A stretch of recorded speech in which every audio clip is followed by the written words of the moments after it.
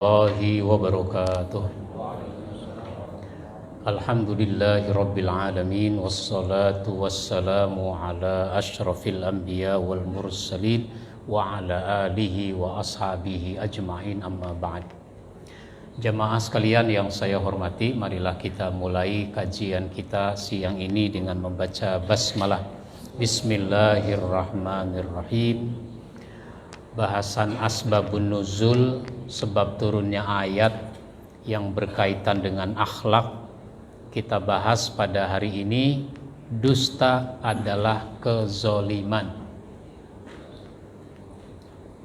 Berdusta kepada orang lain itu sangat buruk, apalagi kalau dustanya atas nama Allah.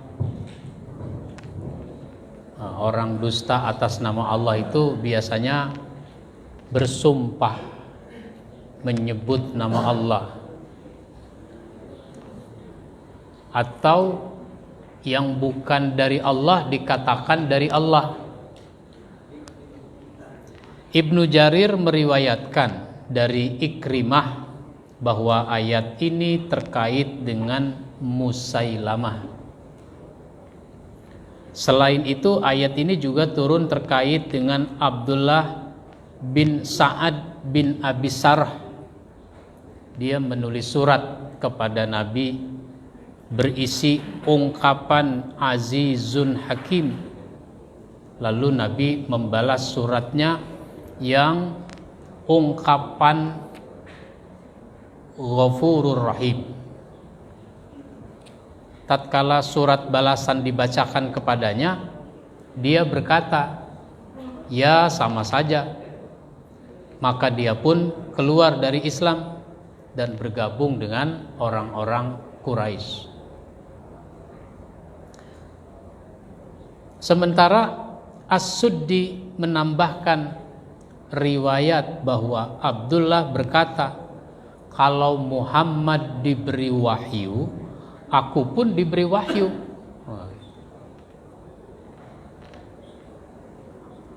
Kalau Allah menurunkan wahyu kepadanya, aku pun menerima seperti apa yang diturunkan Allah itu.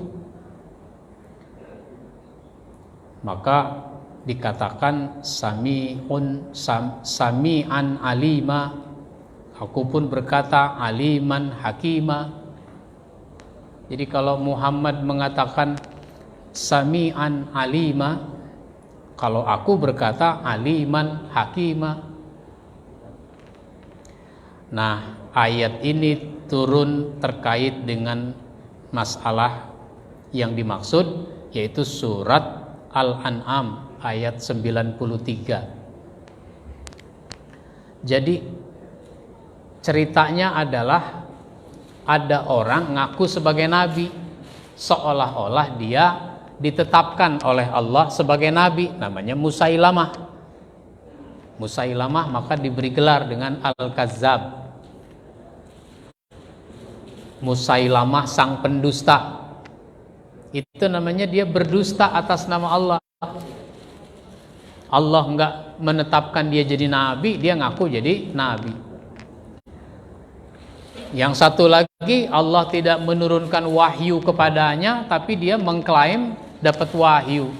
Bukan cuma Muhammad doang yang dapat wahyu, saya juga dapat wahyu. Nah, ngomongnya begitu. Maka Allah turunkan ayat Al-An'am ayat 93. A'udzubillahi minasyaitonir rajim.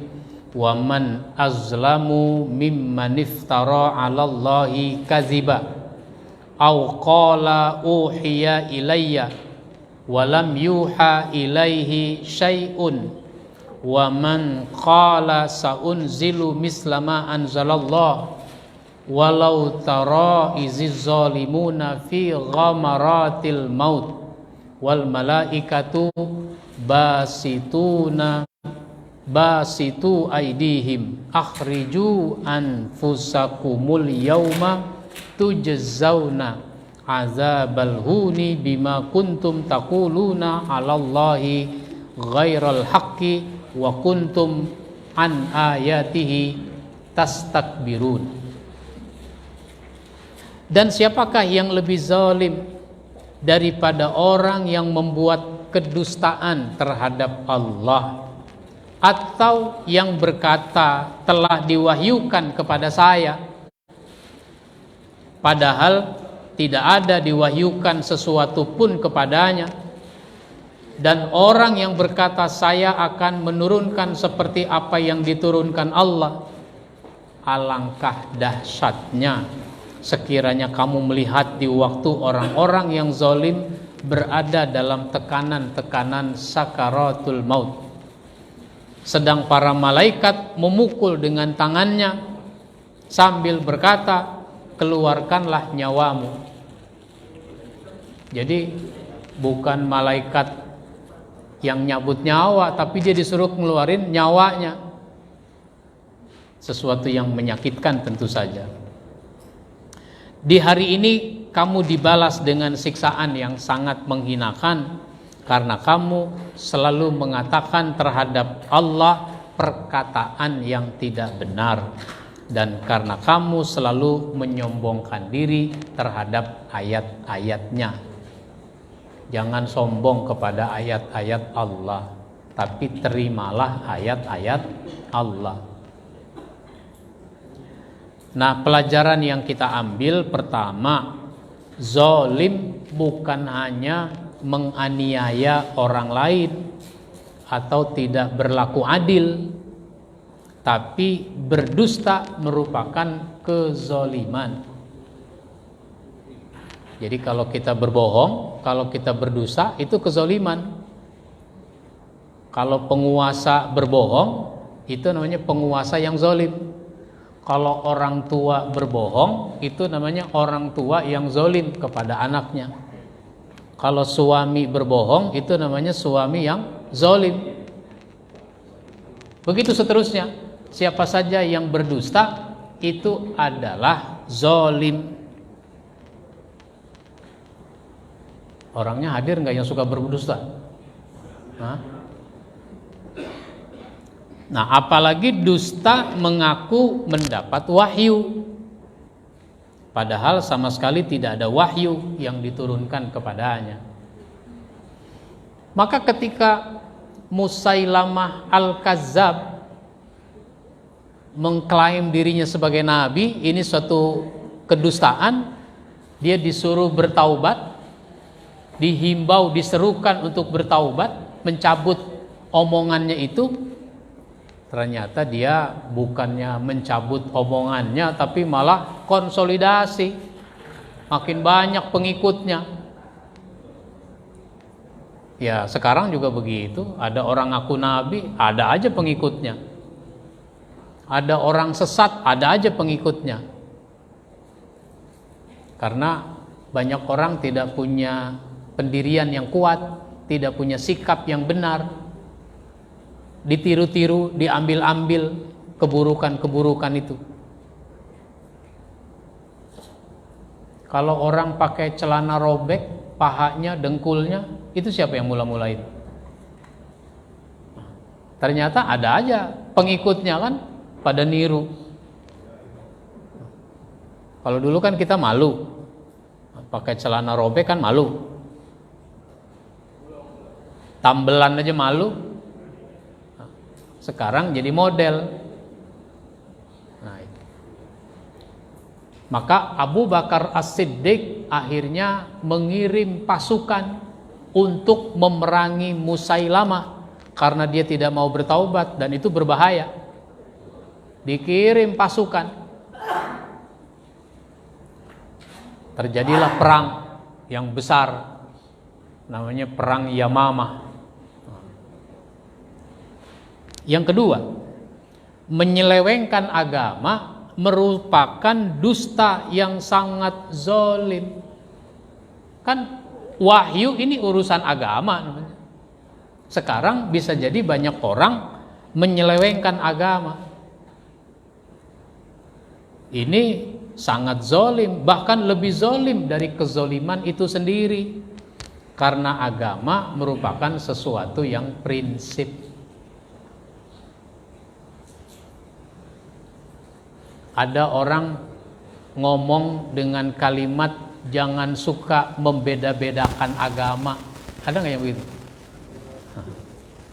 Jangan suka beda-bedakan agama. Emang agama yang satu sama yang lain beda, jangan dibeda-bedakan. Emang beda. Tapi kan perbedaan itu bukan berarti kita harus bermusuhan. Tapi biar supaya jangan bermusuhan, jangan juga ngomong begitu. Jangan beda-bedakan agama. Kalau politik sekarang katanya tidak boleh politik identitas. Gitu. Emang kenapa identitas? Memang harus ada. Identitas itu memang harus ada. Enggak, namanya enggak punya identitas dia. Agama dikesampingkan. Tapi kalau kampanye bawa-bawa agama enggak? Kalau kampanye bawa-bawa agama. Kalau yang perempuan yang tadinya enggak berkerudung jadi berkerudung. Yang tadinya enggak ke masjid jadi ke masjid. Yang tadinya enggak ke pesantren jadi ke pesantren. Gitu. Padahal pesantren lembaga pendidikan. Begitu seterusnya. Jadi agama itu sesuatu yang sangat prinsip. Sekarang banyak orang menganggap agama itu tidak prinsip. Sehingga kalau orang mau menikah nggak memperhatikan agamanya. Sehingga ada orang nikah dengan orang yang berbeda agama. Misalnya lakinya Kristen, perempuannya Islam, lakinya Hindu, perempuannya Buddha, dan seterusnya.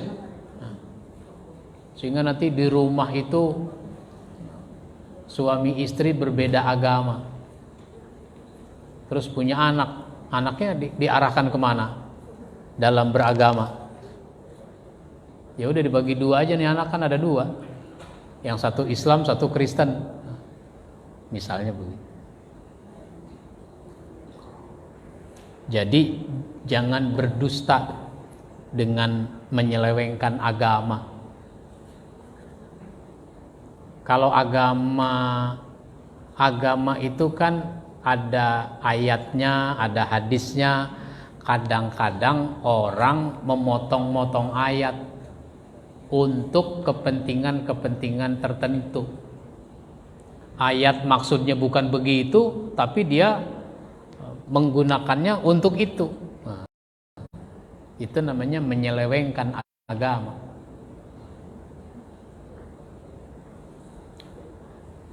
Semua agama sama. Semua agama sama. Kan ada yang begitu? Ya tidak dong. Agama tidak sama.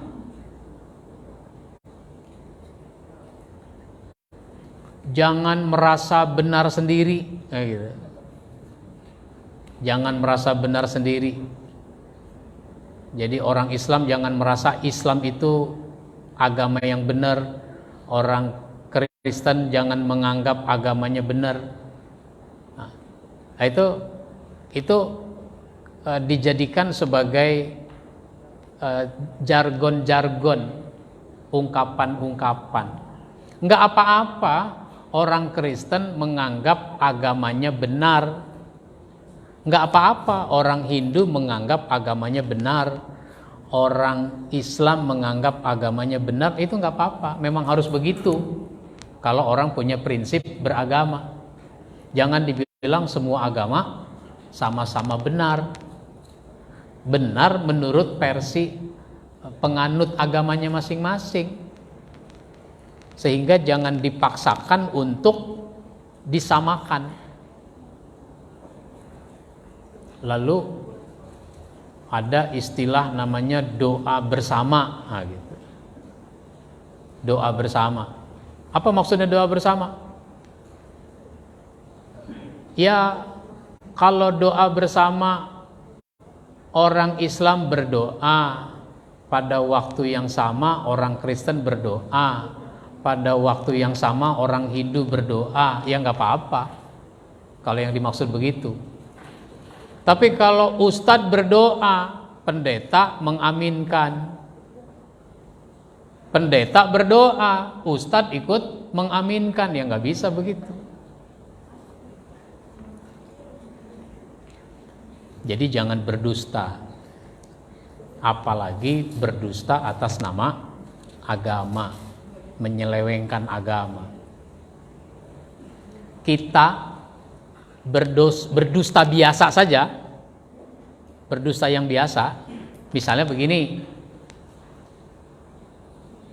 janji mau berangkat jam 9, tapi jam 9 saya baru berangkat dari rumah. Akhirnya janji di tempat yang disepakati baru nyampe jam setengah 10. Saya kan disalahkan tuh. Gimana sih? Janji jam 9, setengah 10 baru nyampe. Pakai alasan nggak? Alasan. Biar supaya saya tidak disalahkan. Alasan. Alasan itu benar apa enggak? Nah, kadang-kadang alasan itu dibuat-buat. Nah, itu namanya dusta. Sebenarnya saya udah mau berangkat tadi jam 8. Cuma perut saya mules. Gitu misalnya. Padahal nggak mules. BAB biasa aja, nggak mules. Misalnya setiap pagi memang BAB dia.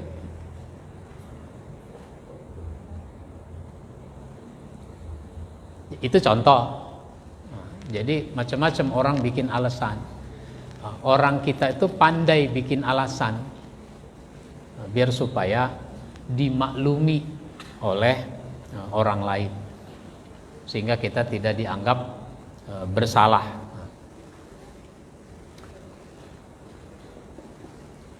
Alasan tidak bisa berdusta, tidak bisa bayar utang misalnya. Kan dia punya utang, janji mau bayar tanggal 5, tanggal 10 belum juga bayar. Alasan nggak? Alasan. Dia cari-cari alasannya. Nah, ini nggak boleh berdusta, berbohong. Bahkan kita pun jangan berdusta karena urusan basa-basi. Nah, ini basa-basi banyak juga tuh dustanya. Umpama saya mau pergi sama temen karena pakai mobil dia, jadi saya datang ke rumahnya. Mau berangkat jam berapa? Berdasarkan kesepakatan mau berangkat jam setengah 1 misalnya, atau jam 1. Nah, jam 1 siang, berangkat jam 1 siang. Nah, maka saya sholat zuhur di masjid dekat rumahnya, habis itu langsung ke rumahnya.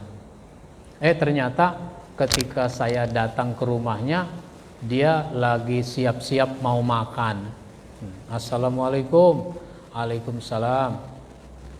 Pak, kebetulan, ayo makan dulu. Nah, gitu. Terus saya bilang apa? Nggak usah ngerepotin. Masih kenyang, baru aja habis makan.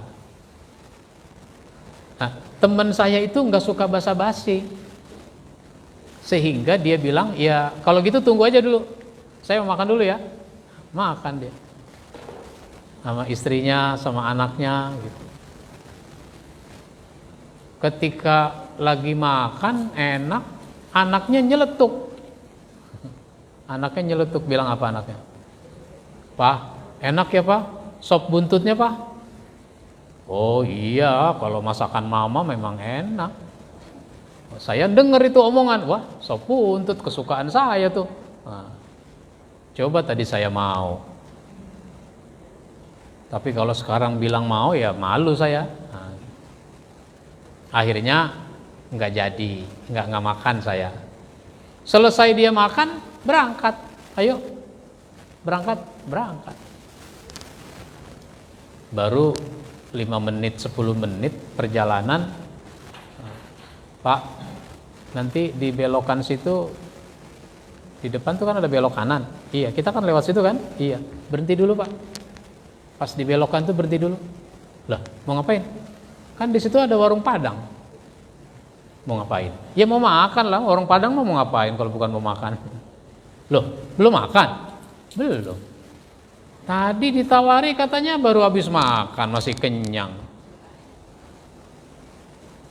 Ya Bapak kalau nawarin makan maksa dikit kayak gitu. Saya bilang enggak aja udah.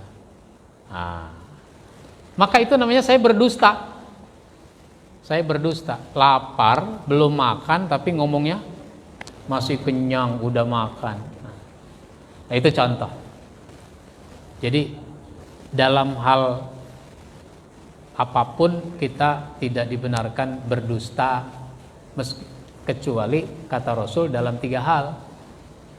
Berdusta dalam 3 hal boleh. Pertama, berdusta kepada musuh dalam peperangan.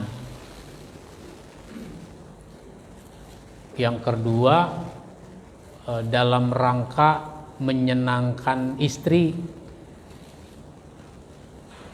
Maksudnya ya ini jangan salah paham juga. Maksudnya istri misalnya masaknya kurang enak. Ketika dia nanya, bagaimana Bang? Sayurnya enak? Enak. Sotonya enak? Enak. Padahal kurang enak. Enak aja bilang. Biar supaya dia seneng.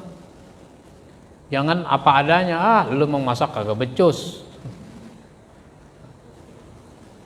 Mendingan gue makan di warteg. Jangan begitu.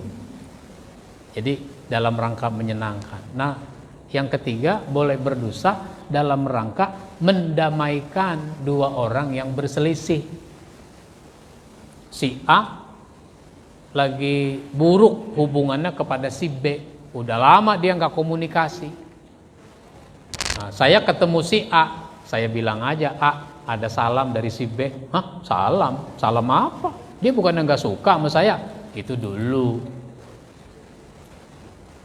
Kalau kamu mau ketemu sama dia, sekarang sama dia mau. Ya kalau saya sih mau aja. Kalau emang dia punya maksud baik, dia mah orangnya udah baik sekarang. Jadi mau nih kalau ketemu, mau. Baru saya ngomong kepada si B, B ada salam dari si A, dia pengen banget ketemu. Ah masa? Dia bukan yang gak suka sama saya? Itu dulu. Sekarang udah gak masalah. Akhirnya damai itu si A sama si B. Nah itu gak apa-apa kalau begitu. Baik. Ini yang saya sampaikan. Ada pertanyaan? Cukup.